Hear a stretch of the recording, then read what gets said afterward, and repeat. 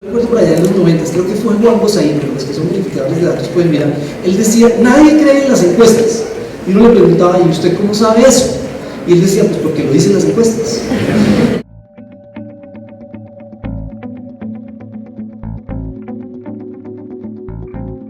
Uno a veces tiene que decir, mira, es que el dato no le dice todo.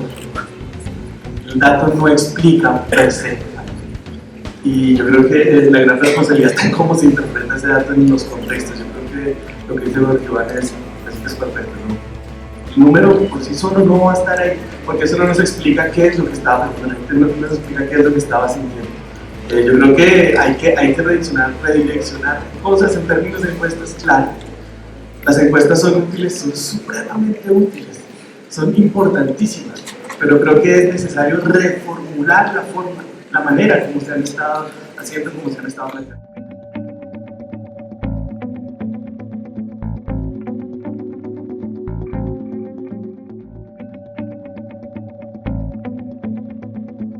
Hay una diferencia enorme entre pronosticar y predecir.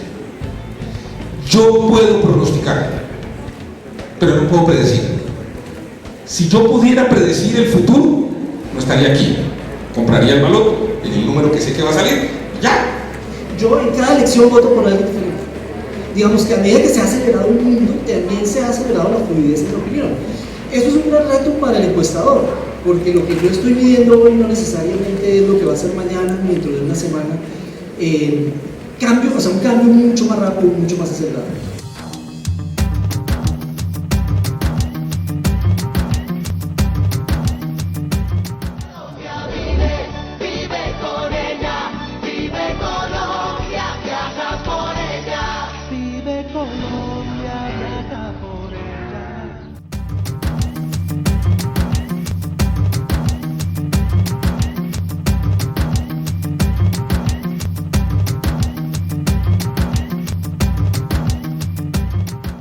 Con montañas y montañas tapizadas con la pulpa que le permite al mundo saborear el suave aroma que produce el empeño de miles de colombianos.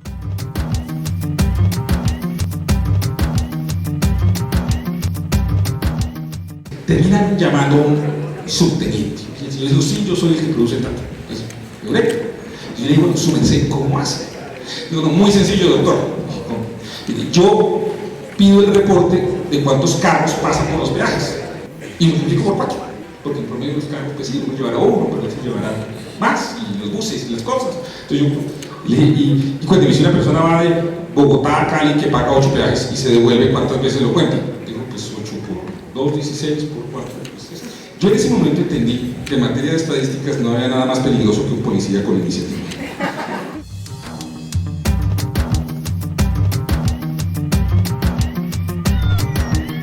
Yo diría, mire, lo que estoy diciendo es que el plebiscito tiene 60% de probabilidades de triunfar y el 40% de no, y ese 40% se puede convertir en realidad, un 25%, no todos cambiaron de decisión, pero de estos un 25% nos dijo, mire, lo que pasa es que yo no salí a votar porque me confié en las encuestas.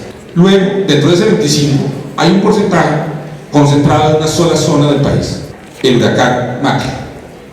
En Colombia pasa por territorio continental de la costa caribe un huracán cada 30 años. La probabilidad de que un huracán toque suelo continental colombiano es de 0,000014, y ese domingo pasó. Un 21% de personas nos dijeron, vea, ¿sabe qué? Su Gustavo sí vino. Yo sí le dije que iba a votar por sí, pero yo quería votar por el no. Que el 16% de las personas sienten que algo de lo que dijo el no los llevó a cambiar el voto. Nos estamos dando cuenta que las redes sociales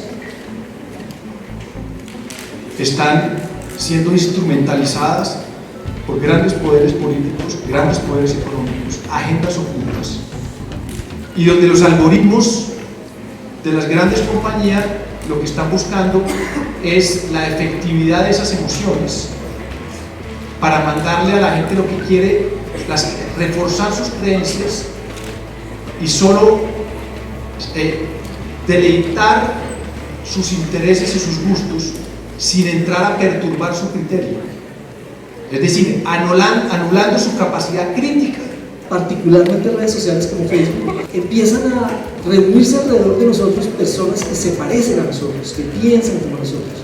Y nosotros empezamos a pensar que ese es un microcosmos que refleja la opinión de un país, cuando en realidad no es un microcosmos que refleja la opinión de un país.